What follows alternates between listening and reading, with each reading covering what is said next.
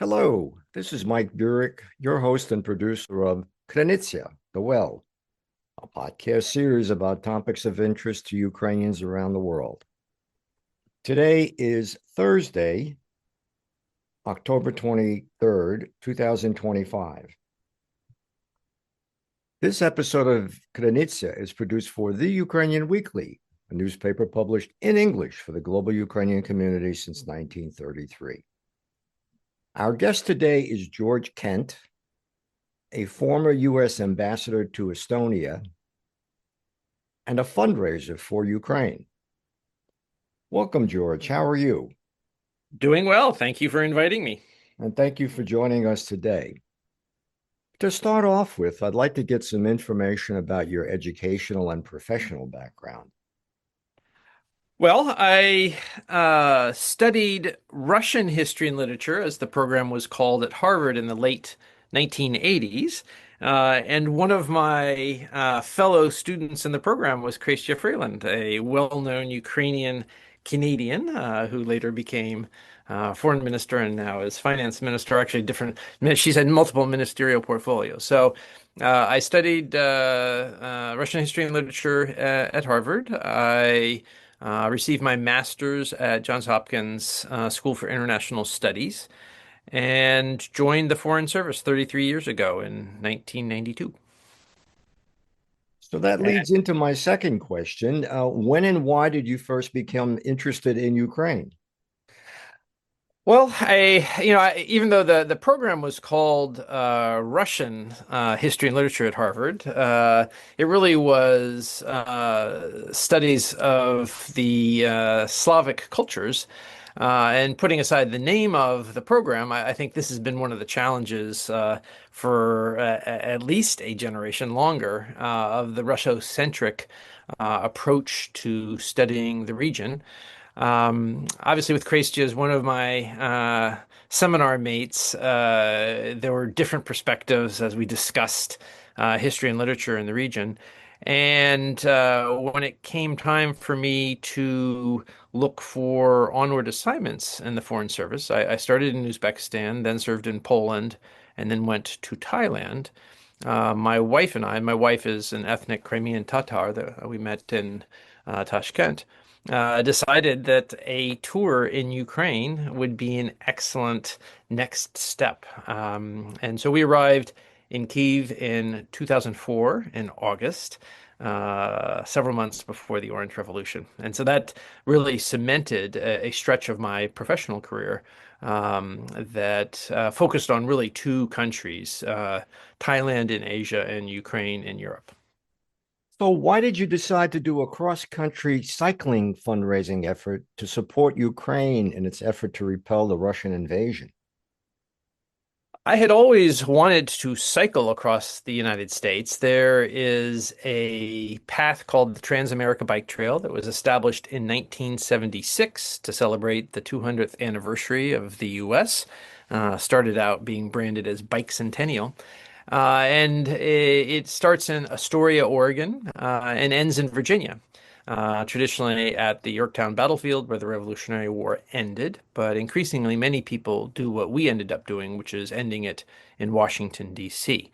And this had remained a bucket list idea throughout my 33 years in the U.S. Foreign Service.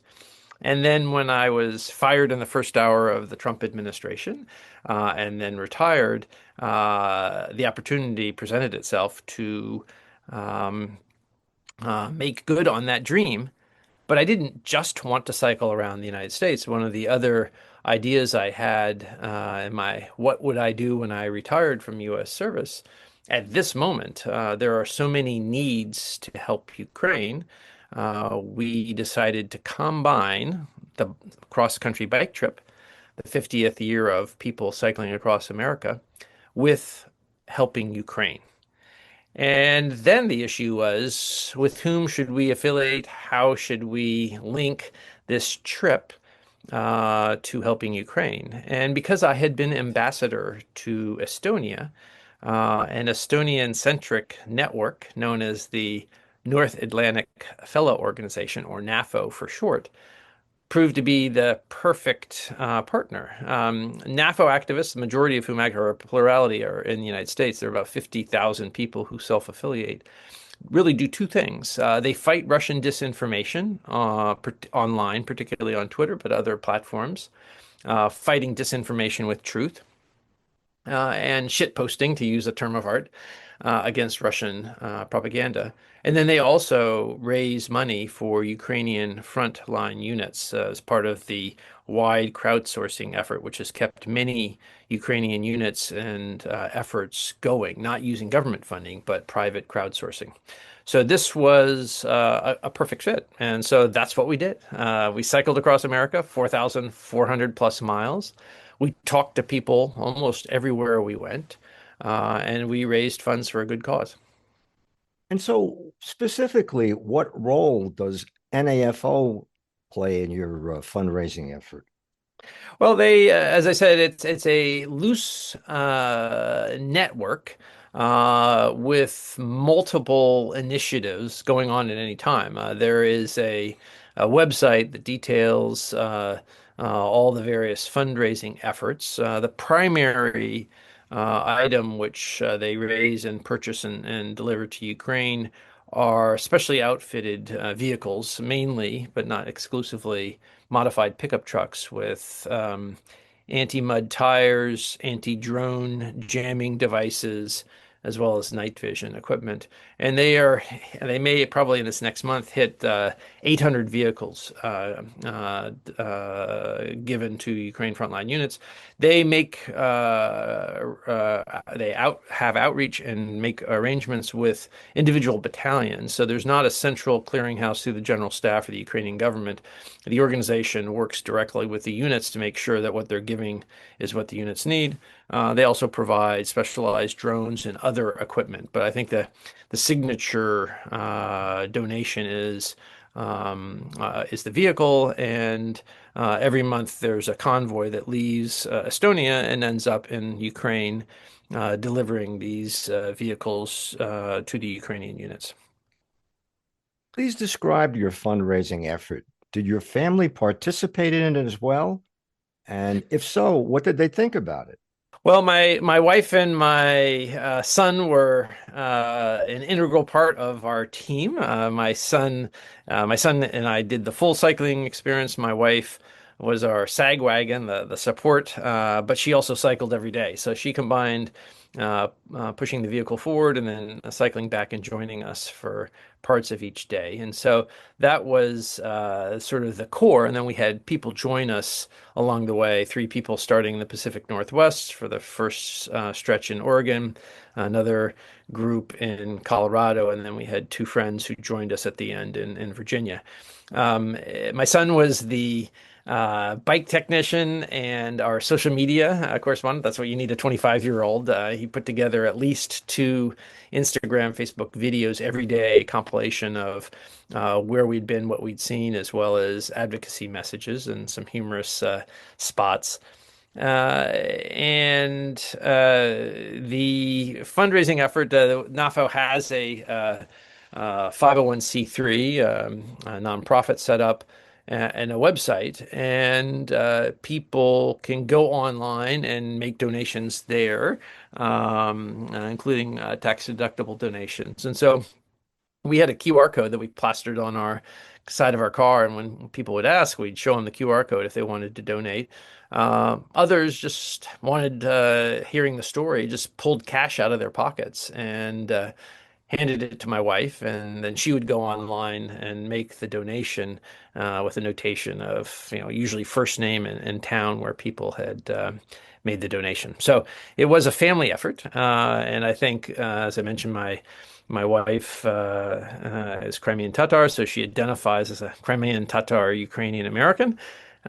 Because Crimea is Ukraine, and that's what our license plate is, Krym UA, Virginia State. And my son started his schooling and ended his schooling in Kyiv at a local school to begin, and then Pechursk International School and International School in Kyiv. So this very much was a family effort, and I think they are as committed to Ukraine's success in war and in building a successful European society as I am.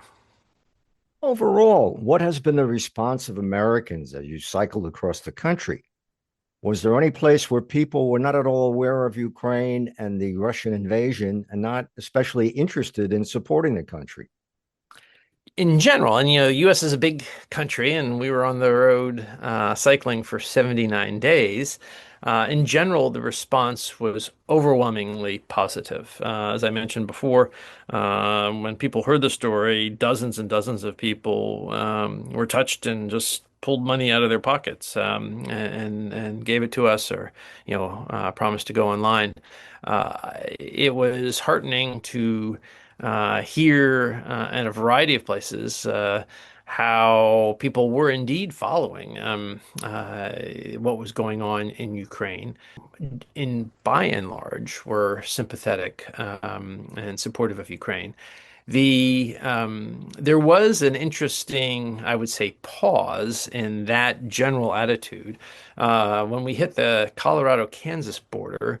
And until we got to the Mississippi River between the eastern edge of Missouri and southern Illinois, what we found in when we're talking to farmers in Kansas and Missouri was a disinterest. And because they generally shut down the conversations, I can't say for sure why they were not interested in talking about Ukraine.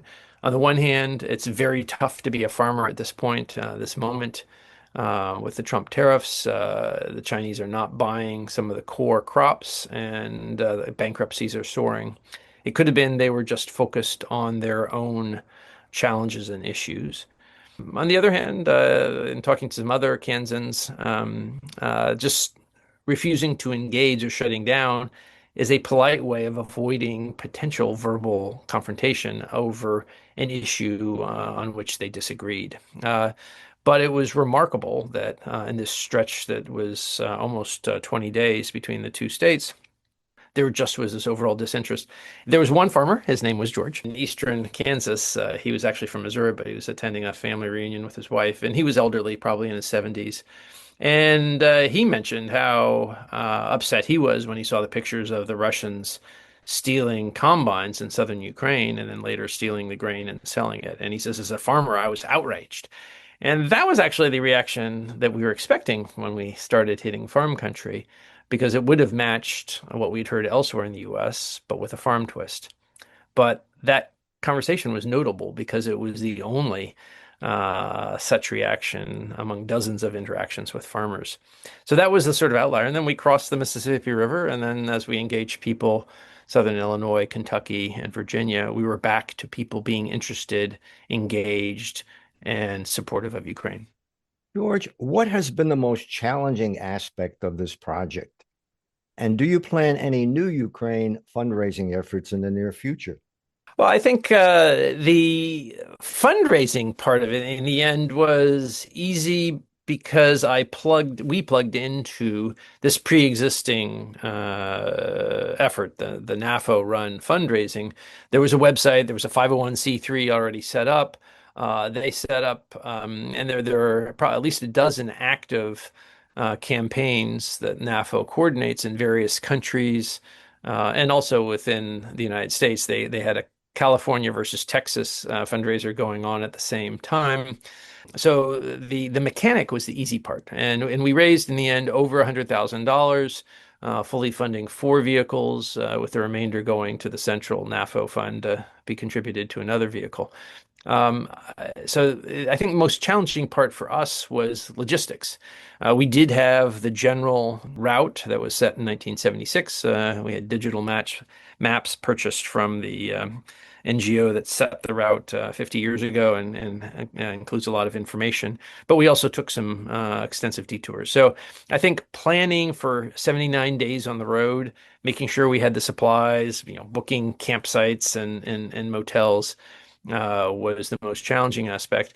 We were fortunate to have a car with us, so that when there was the inevitable breakdown or a problem with a bike, we were able to drive to the nearest town with a bike shop to do services or order parts that we couldn't do ourselves.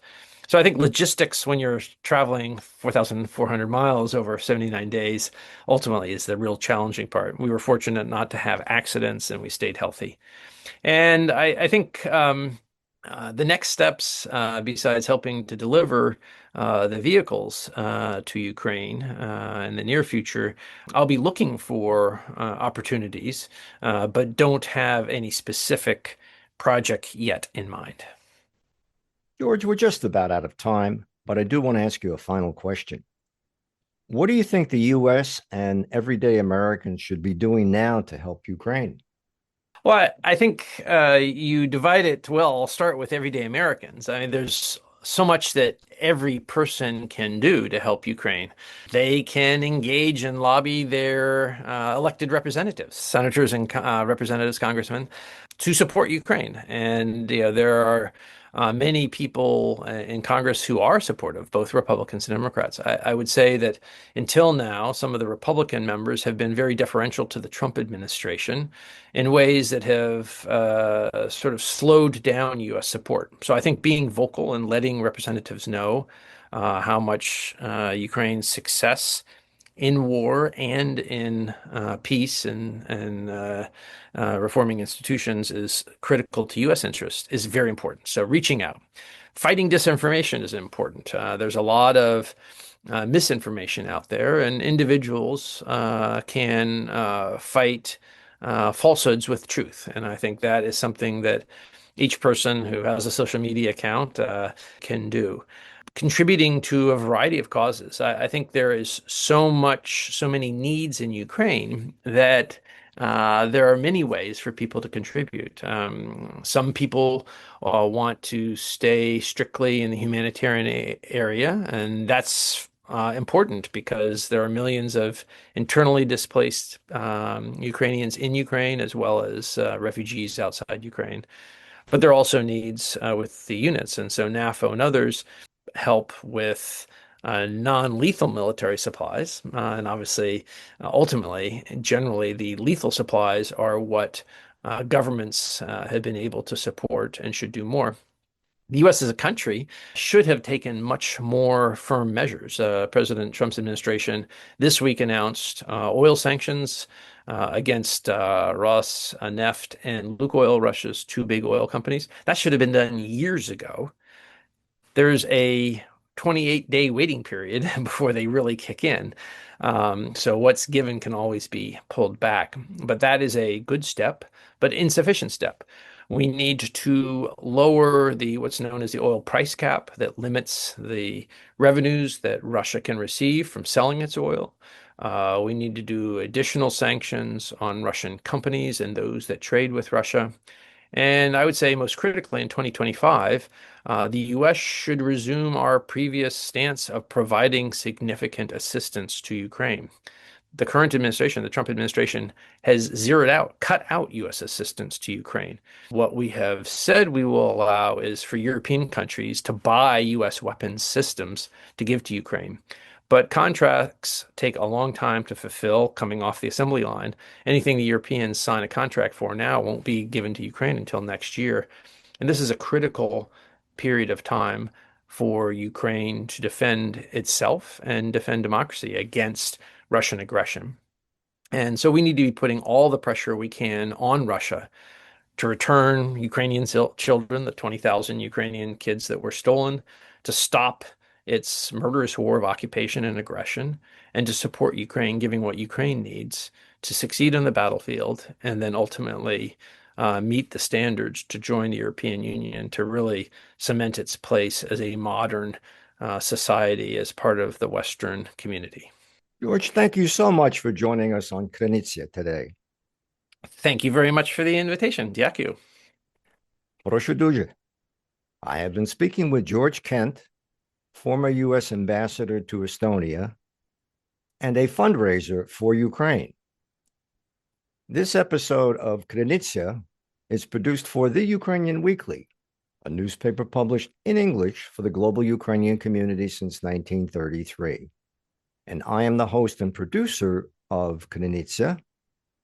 Until next time, that's all for now.